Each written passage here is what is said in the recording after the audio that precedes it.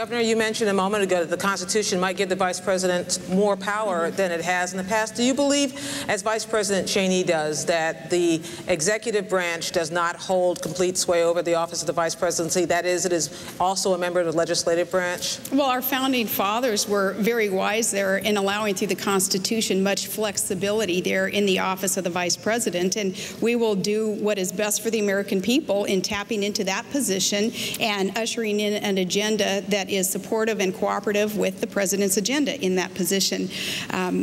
Yeah, so I do agree with him that we have a lot of flexibility in there, and we'll do what we have to do to administer very appropriately the plans that are needed for this nation. And it is my executive experience that is partly to be attributed to my pick as VP with McCain, not only as a governor, but earlier on as a mayor, as an oil and gas regulator, as a business owner.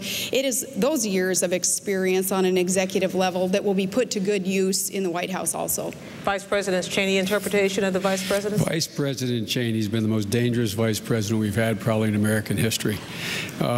He has the idea he doesn't realize that Article 1 of the Constitution defines the role of the Vice President of the United States. That's the executive branch. He works in the executive branch. He should understand that. Everyone should understand that.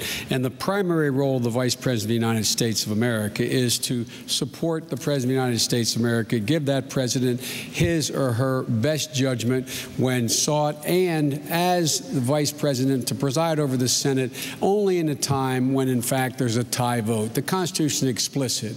The only authority the Vice President has from a legislative standpoint is to vote. Only when there is a tie vote. He has no authority relative to the Congress. The idea he's part of the legislative branch is a bizarre notion invented by Cheney to aggrandize the power of a unitary executive, and look where it's gotten us. It has been very dangerous.